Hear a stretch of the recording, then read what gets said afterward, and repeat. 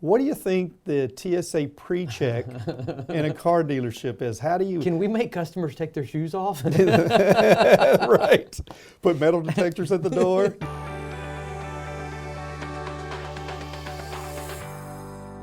Okay, well, good morning, everybody. Rich Wheeler, Dwayne Wiggins.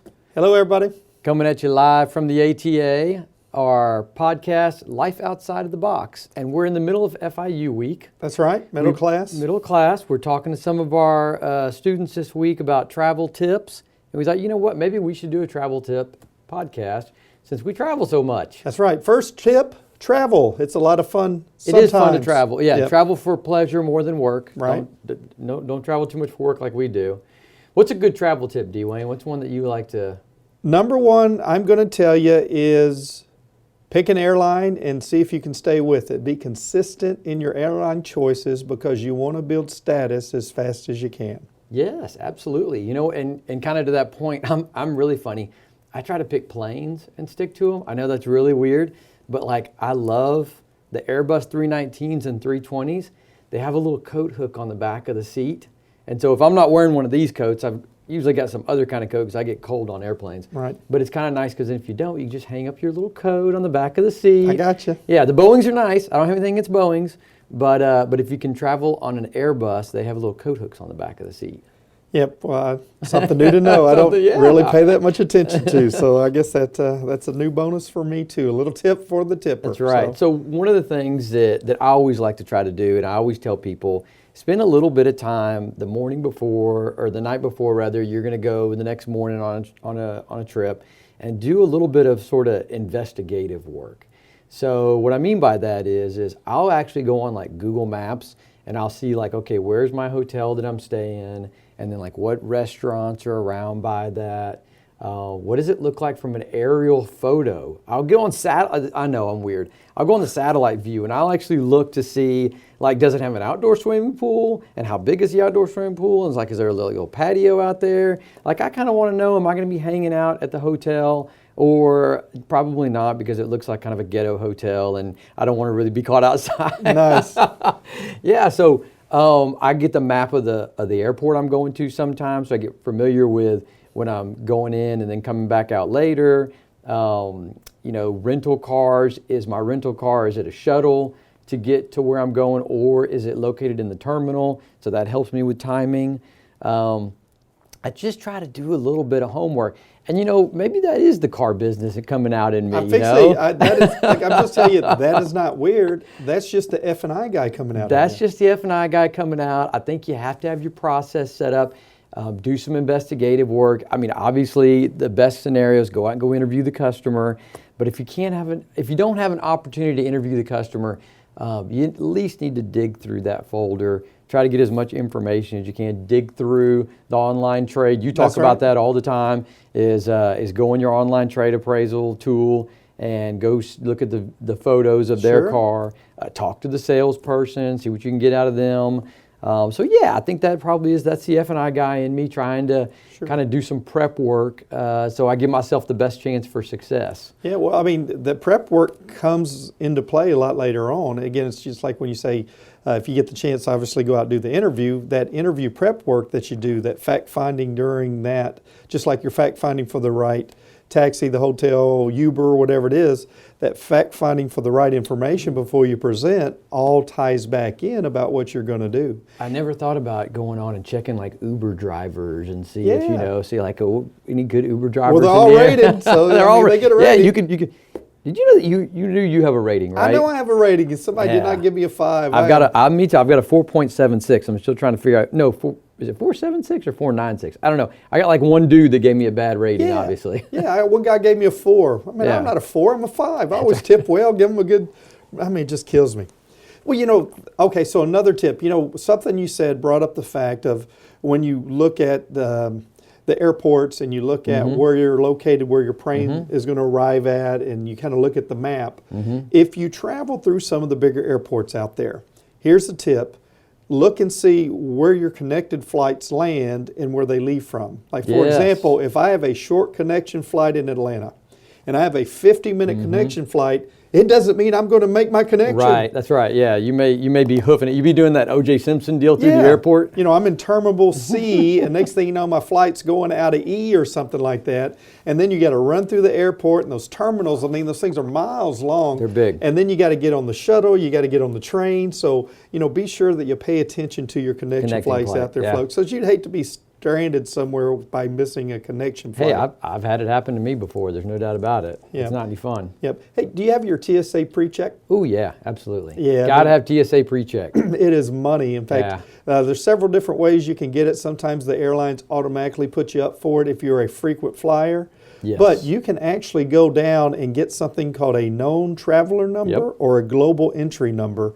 And if you go and do the process and do that, and pay your $55 for 5 years. Is that what it is now? That's cheap. $55 for 5 years. Oh, that's for the TSA pre. I think global entry is like $150 or something like that. I think it's $100 for global entry, which is well worth it, by the way. But I was told that if you have American Express Platinum, American Express reimburses you for the global entry fee. I don't know that for sure, but I was told that. I haven't investigated yet. So there's another service called Clear. Oh, yeah, it's pretty cool. Check into your airport and see if you have Clear. Like, I used to fly in and out of Denver a lot. And so they had Clear there. It's $179 a year, and that's a private lane. You go up, they scan your retinas like James Bond style, and you go right on. You even go past the TSA pre-check people. But if your airport doesn't, like Houston, like I'm going to drop mine because Houston, we only have it in one terminal, and it's a terminal that nobody goes to, which is probably why it's there. Hobby has it. Yeah, Hobby does it, but I'm a long way from Hobby. Mm-hmm. Yeah, see now if I was like going from Hobby to Denver every week, I'd absolutely have it. Wouldn't even be close. Yeah. Well, you know, TSA is so great because it saves you so much time. You know, part of the hassle about flying, which we love travel, but part of the hassle about travel, especially when you're flying, is going through the calisthenics before you get on the plane. It's time. Oh my God, it's the time. You're waiting in line, you got to take your shoes off, you got to do this, you got to do that, and the line backs up and it takes That's why rich people that have lots of money, like celebrities, that's why they have their own planes. Yeah. The plane doesn't fly any faster, by the way. It's just they don't have to go through the airport. That's exactly right. But, you know, it's kind of like the F&I. I mean, think about this. What do you think the TSA pre-check in a car dealership is? How do you... Can we make customers take their shoes off? Right. Put metal detectors at the door? No, I don't think we do. But how do we save some time? Is there anything that we could do to shorten that time period, like going through security, we get the TSA pre-check. What can we do in a car dealership to shorten the time to get into F&I? Well, prep work for sure. I mean, have everything prepared and ready. So, you know, I look at people going through that conveyor belt sometimes, and it's like, really, did you not know you were going to have to take that out of your bag at some point? You decided to put it at the bottom, you know? Yeah. So, I mean, you could do a little bit of prep work going into that deal. How about the guy that forgets he has a gun in his briefcase and shows up at the airport? I mean, I've known that guy. It wasn't me, but I've known that guy. How do you forget that? Yeah, that's a bad day. That's a bad start to a day right there. So, Well, and I was going to tell you, I think in addition to what you're saying, the prep work, I think that there's something there's things you can implement in the process. Oh, yeah. That is kind of the bypass, if you will. Like during the time it takes to transition from the I buy it to getting into F&I, how many of the salespeople out there you think actually start the delivery process before it even gets into F&I?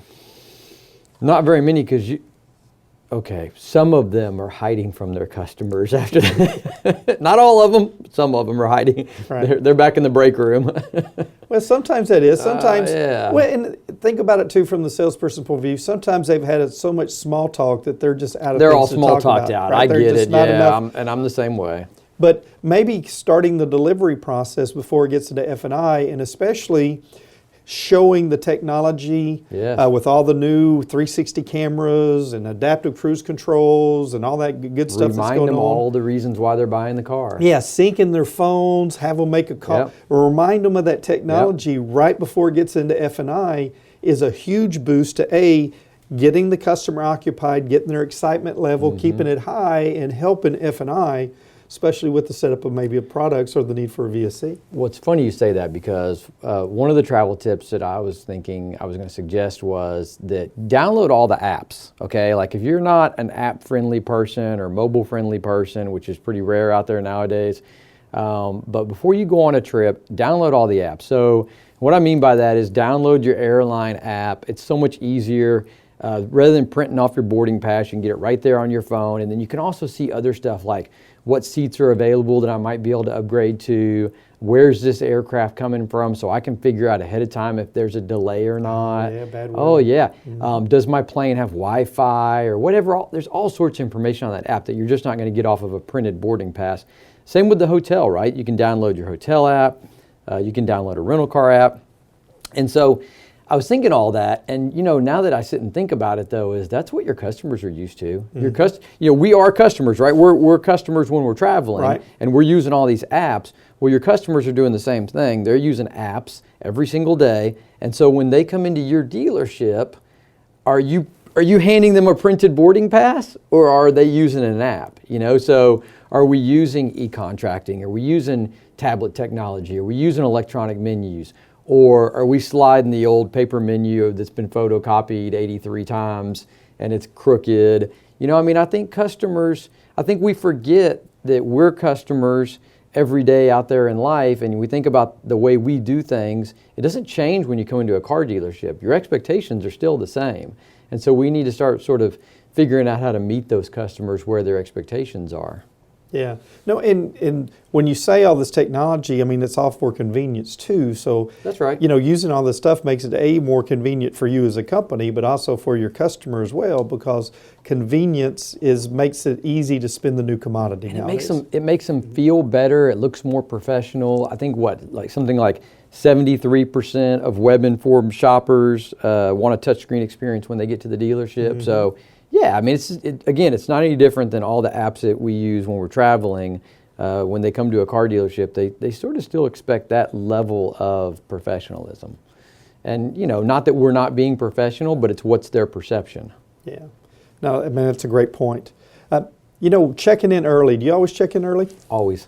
I set little reminders on my phone. I'm so anal. I set little reminders on my phone to remind me to check in, 24 hours ahead of time, so I can try to bump my seat up. Sure. Yeah. Well, me too. Well, especially with Southwest, right? So with Southwest, dude, you're way back at the back of the line. You're in the C group unless you just really. So for those of you that don't travel on a regular basis and don't have status, just a tip, if you're flying Southwest, pay the $15 for the early bird check-in. Yeah. That way you don't get in the C group, especially because you will be in the middle seat. Yeah, you'll be in the middle seat. And then you'll have to sit. If you get in early, though, you look all swollen the seat, right? So nobody's sitting next to you. Nobody likes sitting next to the swole person. I love the Southwest Airlines ladies. They always come over the left like, somebody is going to sit in the seat next to you, so move your bag. It's a full flight. It's awesome, yeah. Everybody puts their eyes down, puts the stuff in the seat. Yeah, no eye contact, no shoulder bump, no eye contact. Cough. Every time somebody walks by, they give a little cough. So I fly, I'm on the north side of town, so I'm always flying out of George Bush, so I almost always fly United.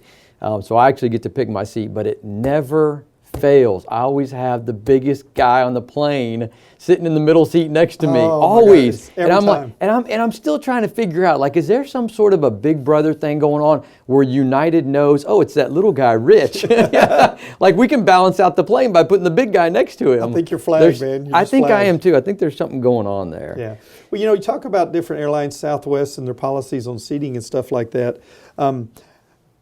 When it comes to Southwest, I'm always a big fan of their flight attendants. I don't know what, everybody gives us a good amount of service, but I really dig Southwest's service and their flight attendants. Yeah, fun. They make it fun. You ever get the flight attendant where you go on and it's not the same old safety conversation? It's like all of them put their own little spin on it. It's cool. Yeah, it's very cool. So, but what I find out is interesting is they know that thing so well. They have said it so many times. They have rehearsed it so well that they know that word track so good that they are actually able to change it, insert on the fly, and get right back into it, and making sure that A, it's entertaining, but B, it gets home, it's effective, and gets that important information across in a way that you really understand it. You know what? Process, right? That's knowing your process and knowing when you can pivot, when you can call audibles, when you can make it a little more entertaining for a customer, when you can make it a little more serious. Mm-hmm. That ties right back into the car business. Well, so So my last tip, and I'm a big fan of this one, is whatever airline you fly or whatever airports that you frequent, find out what their clubs are. You know, like everybody's got a club, right? You got like the United Club, you got like the Admirals Club for American. That's right. I don't remember what Delta's. Delta Sky Lounge, maybe? Sky Is that Lounge. Sky Lounge? Sky Yeah. Lounge. I've never been in there, but I hear it's cool. It's awesome. Centurion Club are super cool. Now, you have to be an American Express Platinum card holder to go into a Centurion Club, and then it doesn't matter what airline you fly. I don't think. But yeah, so if you're gonna like you have a 2-hour layover, or if you're just for whatever reason you're going international and you got to get to the airport early, or you're getting dropped off early, you know, because your buddy's got to go somewhere and you're gonna be at the airport for a while before your flight.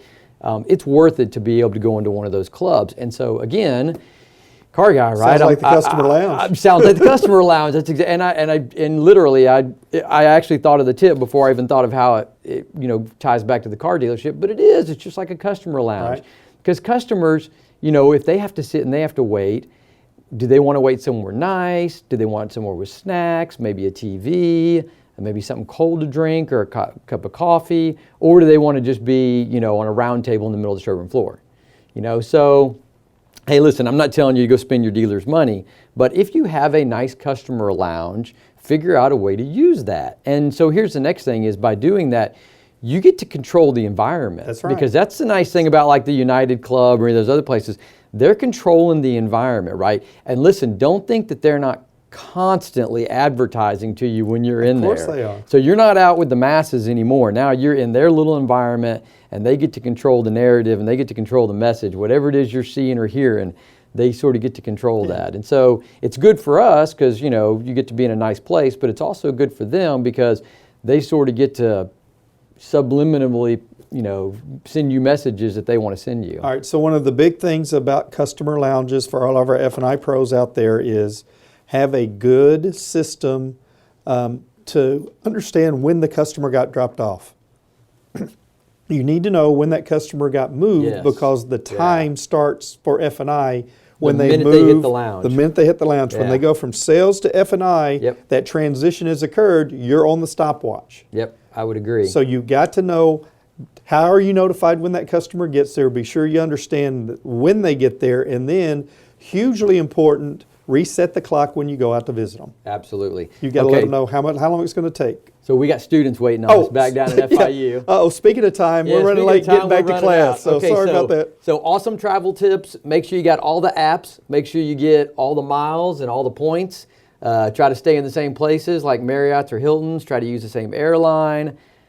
Put your backpack underneath the seat in front of you. Don't stick it in the overhead compartment. That's where people with rollerboards put their stuff. Hey, and send us some cool pics, right? Send Yeah, us some send pictures some of some of travel your pictures. destination. That'd be awesome. Send them travel and pics. if you like what you heard, go to one of our places and watch Podcast us on sites. podcast sites, whether it's Spotify or Yeah. iTunes or wherever it is that you listen to. Give us a like, give us a comment, give us a thumbs up, whatever it takes. We'd love to hear more from you. And comment below on what your travel tip would be so we can all benefit and share. Sounds great. All right, everybody. Hey, we've enjoyed it. We come up with some more of these. We'll send out another one.